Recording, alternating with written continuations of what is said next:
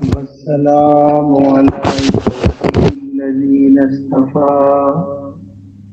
أعوذ بالله من الشيطان الرجيم. بسم الله الرحمن الرحيم. فلا وربك لا يؤمنون حتى يحكموك فيما شجر بينهم ثم لا يجدوا في أنفسهم حرجا مما قضيت ويسلموا تسليما. صدق اللہ العظیم. فلا پس نہیں، وربی کا آپ کے رب کی قسم. واج یہ قسمی ہے، وربی کا تیرے رب کی قسم. لا یؤمنون وہ ایمان والے ہو ہی نہیں سکتے، وہ مومن نہیں ہوں گے. حتیٰ یہاں تک کہ جو حق کے منہ کا،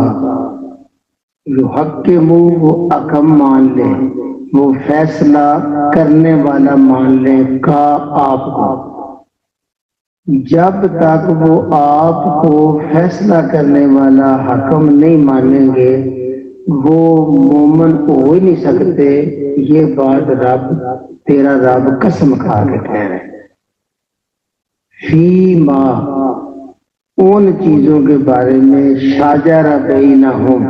جو ان کے درمیان تنازع ہو جائے، ان کے درمیان پیدا ہو جائے. ثم پھر لا یجدو نہ وہ پائیں، نہ محسوس کریں، فی انفسہم اپنے دلوں میں، حرجن کوئی تنگی. پھر اس فیصلے کے بارے میں اپنے دل میں کوئی تنگی بھی نہ پائیں. مما قضیت جو آپ نے قاضی بن کے فیصلہ کر دیا، اس فیصلے کا اپنے دل میں ذرا بھی تنگی یا کھٹکا محسوس نہ کریں. وَيُسَلِّمُوا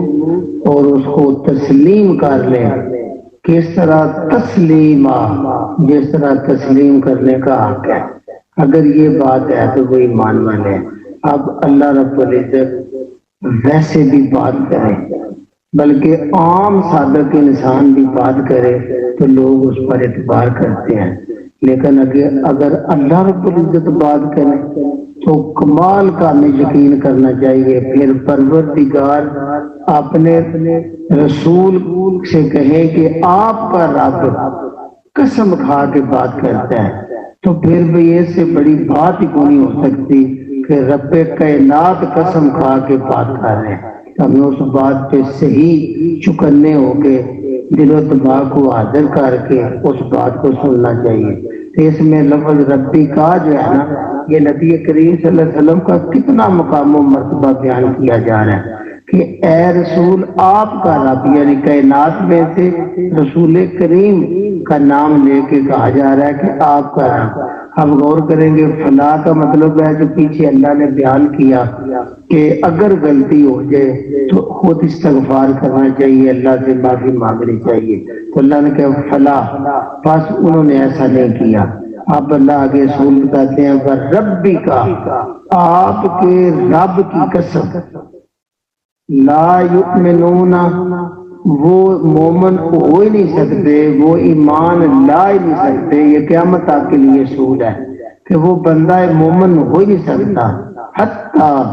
یہاں تک کہ جو حق کے منہ کا وہ آپ کو حاکم مان لے، آپ کو فیصلہ کرنے والا مان لے. فی ما شجر بینہم اپنے تمام تنازعات، تمام جھگڑے، تمام معاملات میں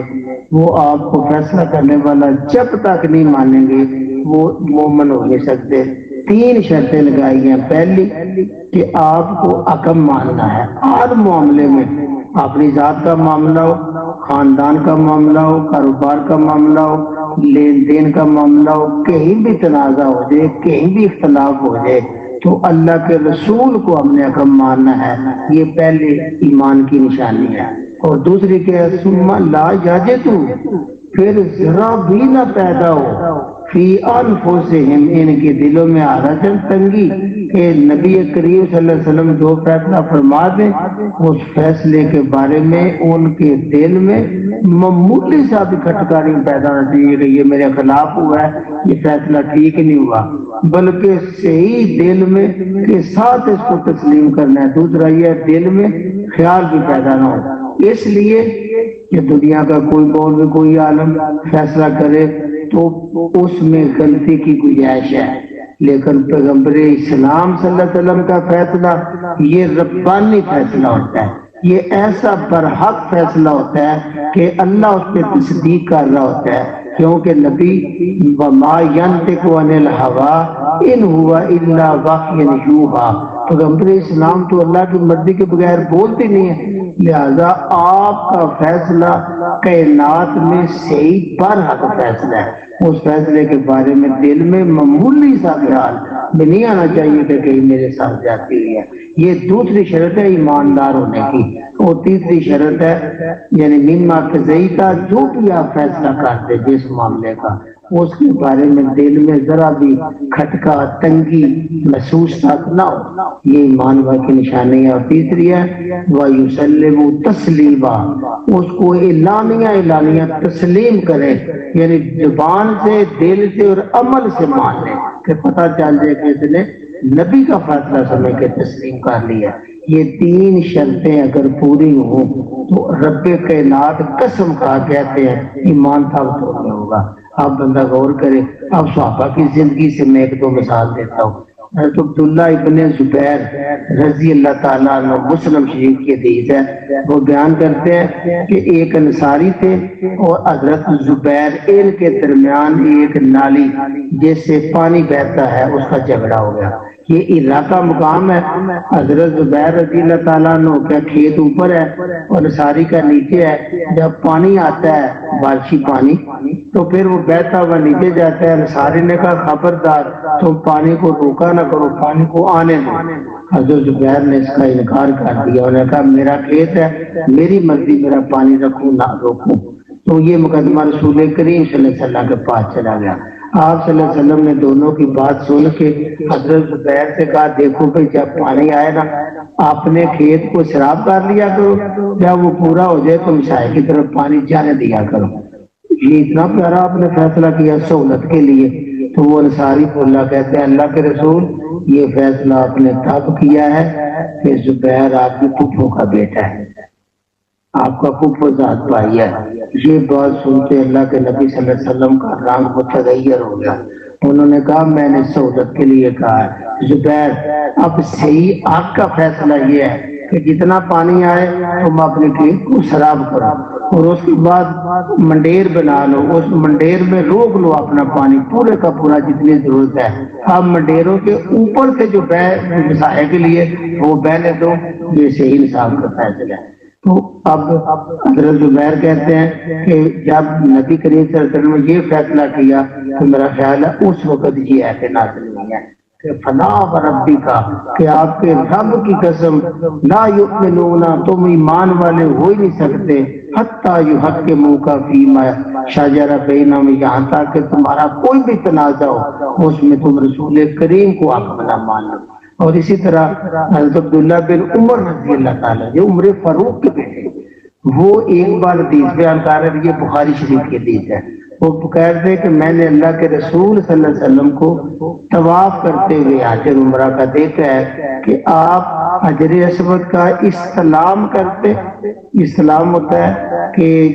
عمرہ طواف شروع کرتے ہوئے جو پہلا چکر ہے وہ آپ یا بوسہ دے کرتے یا آپ ہاتھ اوپر کرتے اور بسم اللہ اللہ اکبر، اور ہر چکر میں یہ کرنا ہوتا ہے، اس کو استلام کہتے ہیں۔ تو حضرت عبداللہ بن عمر رضی اللہ تعالیٰ کہتے ہیں میں نے نبی کریم صلی اللہ علیہ وسلم کو دیکھا کہ آپ حجر اسود کا استلام کرتے اور بوسہ دیتے۔ جب یہ بات کہی تو ایک اور صحابیاں وہ کہتے ہیں وہ یمن سے آئے تھے، وہ کہتے ہیں دیکھو جی اگر میں زحام میں جو میں پھنس جاؤں تو کیا پھر بھی میں اسلام اور بوسہ کروں؟ اور ساتھ ہی کہتے ہیں اگر جو مجھ کے اوپر غالب آ جائے تو کیا آپ کا خیال ہے میں پھر بھی بوسہ کروں؟ تو حضرت عبداللہ ابن زبیر قیمتی الفاظ ارشاد فرماتے ہیں، کہتے ہیں یہ آپ کا کیا خیال ہے؟ یہ جو لفظ آپ نے بولا ہے اس کو یمن میں چھوڑا ہو، میں یہ کہہ رہا ہوں کہ رسول کریم صلی اللہ علیہ وسلم کو میں نے دیکھا ہے کہ وہ استلام کرتے تھے اور بوسہ دیتے تھے، یہی شریعت ہے، یہ بخاری شریف کی حدیث ہے۔ ایسے عبداللہ بن عمر مسلم شریف کی ایک اور حدیث آئیے آپ سے بیان کرتا ہوں، وہ بیان کر رہے تھے کہ اللہ کے رسول صلی اللہ علیہ وسلم نے فرمایا اگر تمہاری خواتین مساجد کے اندر نماز پڑھنے کی اجازت مانگے، مسلم شریف کی حدیث، تو تم ان کو بالکل نہ منع کیا کرو، یہ رسول کریم صلی اللہ علیہ وسلم نے فرمایا۔ تو یہ بیان کر رہے ہیں عبداللہ بن عمر رضی اللہ تعالیٰ نے، جب آپ نے یہ بیان کیا تو آپ کا بیٹا ہی بلال بن عبداللہ وہ کہتا ہے اللہ کی قسم ہم تو ضرور منع کریں گے خواتین کو، ان کا یہ کہنا تھا۔ تو یہ راوی بیان کرتے ہیں یقین جانے آپ نے اپنے بیٹے بلال بن عبداللہ کو اتنا ہی ڈانٹ پلائی، اتنا برا بلا کہا کہ میں نے زندگی میں نہ اس سے پہلے نہ اس کے بعد ان کو کبھی کسی کو برا بلا کہتے ہوئے سنا۔ اور ساتھ فرمایا میں نبی کریم صلی اللہ علیہ وسلم کا فرمان بیان کرتا ہوں اور تیری ضرورت کے تو کہتا ہے کہ ہم ان کو منع کریں گے، یعنی پیارے رسول صلی اللہ علیہ وسلم کا فرمان یہ شریعت ہے، یہ ہمارا دین ہے، یہی دین و دنیا کی کامیابی ہے۔ اس لیے کہ اللہ رب العزت قسم کھا کے یہ کہہ رہے ہیں فلاں و ربی کا، آپ کے رب کی قسم،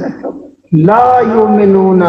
کوئی کائنات میں ایمان والا ہو ہی نہیں سکتا حتیٰ کہ جو حق کے منہ کا وہ آپ کو حاکم مان لے، آپ کو حکم مانے، آپ کو فیصلہ کرنے والا مانے، فی ما شجر بینہم، اور اس تنازع میں جو ان کے درمیان پیدا ہو جائے، سیدھا نبی کریم صلی اللہ علیہ وسلم کے پاس آئے اور جب فیصلہ ہو جائے نمبر 1 حکم آپ کو ماننا ہے، پھر ثم لا یجدوا، پھر ذرا بھی نہ پائیں رکھیں فی انفسہم، اپنے دلوں میں حرجن، تنگی، کھٹکا، شک، ذرا بھی نہیں رکھیں گے حرج کہ میرا رجوع ہے سوا مما قضیتا، جو بھی آپ نے قاضی بن کے فیصلہ کیا ہے، یہ دوسری شرط ہے۔ اور تیسری ہے وَيُسَلِّمُ تَسْلِيمًا، اور اس کو ایسا تسلیم کرے جس طرح تسلیم کرنے کا حق ہے،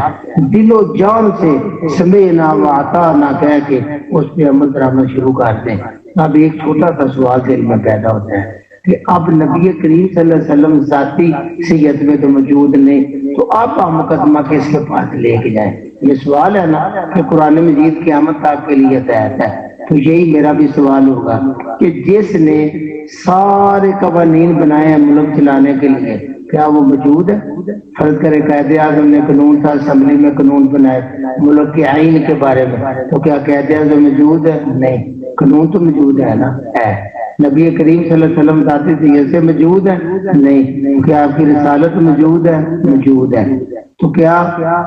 قرآن اور حدیث میں آپ کا پورا سارا فرمان اور زندگی موجود ہے؟ موجود ہے۔ تو یہی مطلب ہے کہ آج بھی تنازع تو میں پیدا ہو جائے تو تمہارے سامنے حکم نبی کریم صلی اللہ علیہ وسلم جو آپ نے قرآن سنایا، جو آپ کی تشریح فرمائیے دیجیے موجود ہے۔ آپ نے ہر تنازع کا، ہر اختلاف کا، ہر جو تم میں تھوڑا سا بگاڑ پیدا ہونے لگے تم قرآن اور حدیث کی طرف آ جاؤ، جو فیصلہ یہاں موجود ہے اس میں شک بھی دل میں نہ آنے دو اور اس کو اس طرح تسلیم کیا جاتا ہے، آپ کو تو اس طرح تسلیم کرے۔ یہ آیت ہمیں آج بھی یہ دعوت دے رہی ہے۔ آگے اللہ فرماتے ہیں کہ جو کہ منافقین کا ذکر ہے نا، وہ شک کرتے تھے، وہ یہ کہتے تھے یہ فیصلہ اس لیے کیا ہے کہ آپ پھپھو کا بیٹا ہے۔ اللہ آگے مزید وضاحت کرتے ہیں وَلَوْ أَنَّا، با اور لو، اگر انا ہم، بے شک ہم، کتبنا ہم لکھ دیتے، فرض کر دیتے، علیہم اوپر ان کے جو پیغمبر اسلام کا فیصلہ حکم نہیں مانتے۔ میں نے رد کی تھی کہ یہود جو ہے نا، ان میں سے اہل کتاب میں سے جو مسلمان ہوتے تھے زیادہ کردار ان کا ایسے ہوتا تھا کہ کلمہ بھی پڑھتے آپ کی مجلس میں بیٹھتے، لیکن جب واپس جاتے اپنے اہل کتاب کے پاس تو ان سے فیصلے کراتے، اور اسی طرح کچھ عرب کے لوگ بھی جو عربی تھے وہ شامل ہو گئے، تو اللہ کہتا ہے ان کا کردار کہنے لگے ہیں بلو، اور اگر انا بے شک ہم کتابنا، ہم ان کے اوپر کتابت کر دیتے، لکھ دیتے، فرض کر دیتے علیہم اوپر ان کے انقتلو کہ تم قتال کرو، تم قتل کرو انفسکم اپنوں کو، تم اپنے آپ کو قتل کر دو، اب رجوع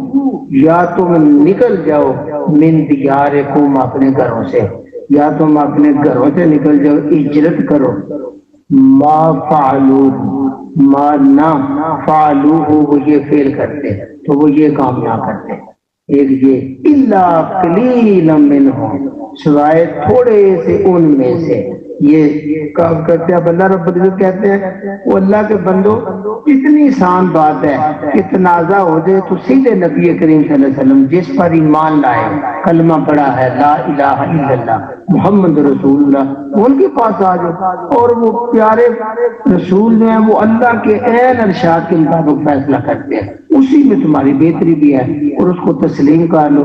یہ اتنی چھوٹی سی بات تم نہیں مانتے، اللہ کہتا ہے اگر میں فرض کر دیتا تم پر، کیونکہ کسی بندے کے لیے نا سب سے مشکل سب سے پہلے یہاں جو آتا ہے نا اپنے آپ کو قتل کرنا، لقتلوا انفسکم اپنے آپ سے قتال کرنا، اس کے دو طرح کے مفہوم مفسرین بیان کرتے ہیں۔ ایک تو یہ ہے باقی بندے کو اپنے نفس کے خلاف جہاد کرنا، یہ بہت ہی مشکل ہوتا ہے، نبی کریم صلی اللہ علیہ وسلم نے اس کو جہاد اکبر بھی کہا ہے۔ دیکھ لیں آج کیسا موسم ہے، اور یقیناً قرآن مجید پکار کے کہہ رہا ہے کہ آج زندگی کے تنازعات تب تم فیصلہ کر سکو گے اگر تم اس کا مطالعہ کرو گے کہ اللہ کیا کہہ رہے ہیں، نبی کریم صلی اللہ علیہ وسلم کیا ہمیں بتا کے سمجھا کے گئے ہیں۔ اس کے لیے ٹائم نہیں، لیکن نیند ہمیں پیاری ہے، یعنی دعویٰ یہ کہ ہم اللہ سے محبت کرتے ہیں رسول سے، لیکن یقین جانے جب نماز کا وقت اور بندہ فرض کے لیے بھی نہ پہنچے اور قرآن کو نہ سمجھے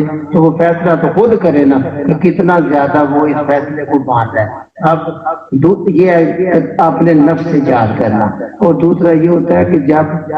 غزوہ بدر کا ذرا سامان ذہن میں لائیں، اللہ کے نبی صلی اللہ علیہ وسلم کے ساتھ جو پروانے نکلے ہوئے ہیں سچے موتی، کوئی بھتیجا اپنے ماموں کو چاچو کے اوپر تلوار چلا رہا ہے، کوئی ادھر ماموں ہے اپنے بھانجے کے اوپر چلا رہا ہے، ادھر بیٹا ہے دوسری طرف باپ ہے وہ تلوار لے کے ایک دوسرے کو قتل کرنے کے لیے نکلے ہوئے ہیں، اور کوئی جو ہے بھائی کے سامنے لگا ہوا ہے، یہ ہے لقتلوا انفسکم، بھئی اپنے خون کو سچی تصور کریں کہ ایک بار باپ دوسری طرف تھا بیٹا ادھر تھا، تو باپ نے بعد میں اللہ نے توفیق دی اور وہ کلمہ پڑھ کے نام میرے ذہن سے بھول گیا، تو انہوں نے کہا بھی غزوہ بدر میں اپنے بیٹے سے کہتے ہیں یقین جانے جنگ میں ایک بار تو میری تلوار کی زد کے نیچے آ گیا تھا اور میں چاہتا میں تجھے قتل کر دیتا، میں نے پھر صلہ رحمی کی، تو بیٹا کہتا ہے رب کائنات کی قسم اگر میری تلوار کے نیچے تیرا سارا آ جاتا میں نے کہا چلا دیں دی تلوار۔ یہ ہوتا ہے ایمان، اپنے خون کو سامنے ہو قتل کرنا، یہ بھی بہت ہی مشکل کام ہوتا ہے، بڑی دین اسلام سے محبت اور عقیدت ہو تب بندہ اس میدان میں اترتا ہے، اپنی جان بھی دھیلی پہ رکھ کے اور سامنے اپنے خون اور اسلام کی خاطر رسول کریم کے ساتھی بن کے لڑنا۔ یہ اللہ کہتا ہے میں فرض کر دیتا تم پر کہ اپنے نفس سے بھی لڑو اور قتال کرو اپنوں کے ساتھ، اور اب اخرجوا من دیارکم، اور دوسرا ہجرت ہے کہ اپنے گھروں سے بھی نکل جاؤ۔ اگر یہ میں دونوں حکم دیتا، یہ جو آج باتیں کر رہے ہیں اوپر سے ایمان لایا، اللہ کہتا ہے ما فعلوہ، تو وہ یہ کام نہ کرتے،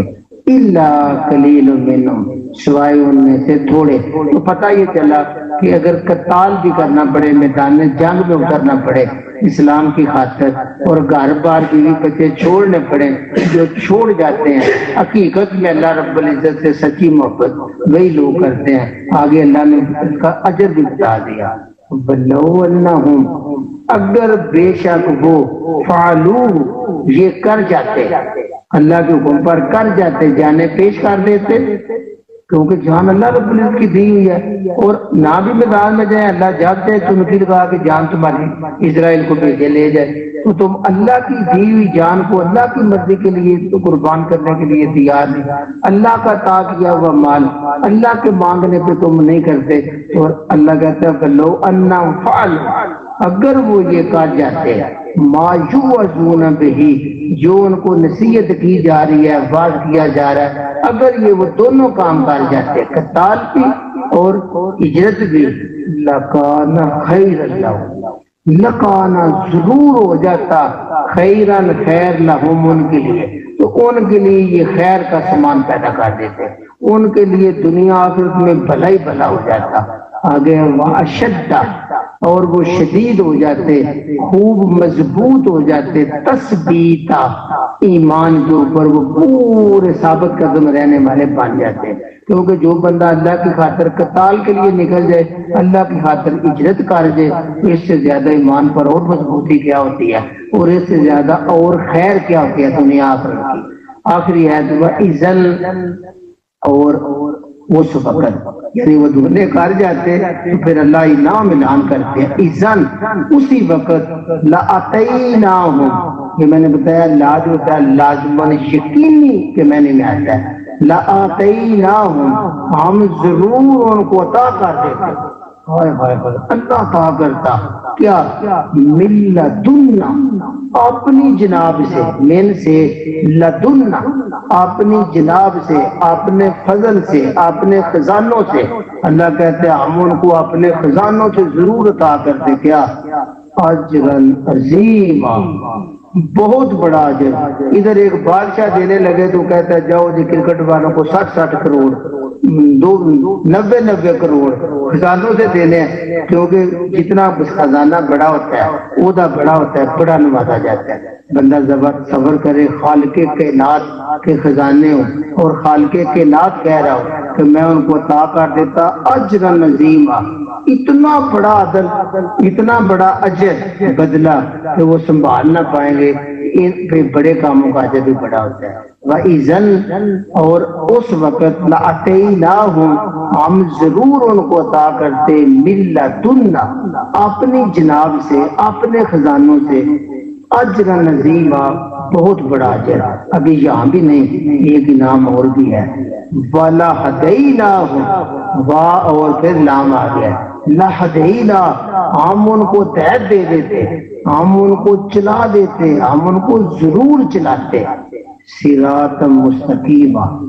سیدھا راستہ۔ یعنی اگر یہ دو کام کر دو، اللہ ایسی موٹر وے پہ چلا دیتے جس میں کوئی سپیڈ بریکر بھی نہیں ہے، کوئی موڑ بھی نہیں ہے، سیدھا جنت الفردوس میں لے کے جاتا ہے، جہاں فرشتے گجرے ہار اور یہ سونے کے کنگن لے کے کھڑے ہوئے ہیں۔ اس سے بڑا انعام کیا ہے؟ اللہ کہتا ہے وَلَهَدَيْنَاهُمْ، اور ہم ان کو ہدایت دے دیتے، ہم ان کو چلا دیتے،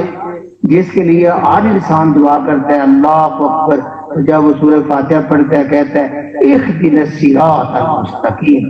پروردگار ہمیں صراط مستقیم پہ چلا دے۔ تو اللہ خود کہہ رہا ہے وَلَهَدَيْنَاهُمْ، ہم رب کائنات ان کو چلا دیتے صراط مستقیم، بالکل اس راستے پہ جو سیدھا ہے، صراط مستقیم ہے۔ اللہ رب العزت سے دعا ہے کہ اللہ رب العزت ہمیں بھی صراط مستقیم پہ اپنے فضل سے چلا دے۔ ایک بار سب کو دعاتے ہیں جی، فلا وربک، آپ کے رب کی قسم، لا یؤمنون، وہ ایمان والے ہو ہی نہیں سکتے، حتیٰ کہ یحکموک، کہ وہ آپ کو حکم مان لیں، فیما شجر بینہم، جو بھی ان کے درمیان تنازع ہے، جھگڑا ہے، اختلاف ہو، تو اس میں آپ کو جب تک ہم نہیں مانیں گے وہ مومن نہیں ہوں گے۔ ثم لا یجدوا، دوسری صورت ہے پھر نہ وہ پائیں، فی انفسہم، اپنے نفسوں میں، اپنے دلوں میں، حرجن، تنگی، مما قضیت، جو بھی آپ فیصلہ فرمائیں اس فیصلے کے بارے میں دلوں میں ذرا بھی تنگی کھٹکا نہ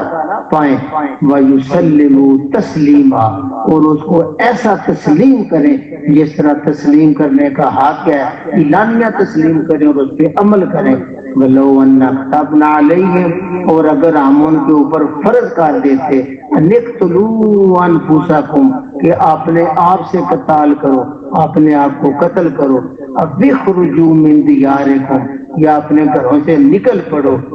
ما فعلوه تو وہ ایسا نہ کرتے، جو حکم نہیں مانتے وہ اتنے بڑے کام کیسے کرتے؟ الا قلیلا منہم سوائے ان میں سے کچھ جو کچھ نصیب ہوں گے وہ کرتے۔ ولو انہم فعلوا اگر وہ ایسا کر جاتے، ما یوعظون بہ جو ان کو واعظ کیا جا رہا ہے، نصیحت کی جا رہی ہے، اگر اس پہ وہ عمل کر جاتے لکان خیر اللہ ضرور ان کے لیے خیر کا معاملہ ہو جاتا، ان کے لیے بھلائی ہو جاتی، واشد تثبیتا اور وہ خوب ثابت قدم مضبوطی سے ایمان پر ہو جاتے، وَأَذَلَّ أَتَيْنَاهُمْ اور اس وقت ہم ان کو ضرور عطا کرتے ملتنا اپنی جناب سے، اپنے خزانوں سے، اپنے پاس سے اجرن عظیما بہت بڑا اجر جو ہے عطا کرتے، وَلَهَدَيْنَاهُمْ اور ہم ضرور ان کو چلا دیتے، ہدایت دے دیتے صراط مستقیم، صراط مستقیم کی۔ سبحان ربک رب العزت عما یصفون وسلام علی المرسلین والحمد للہ رب العالمین۔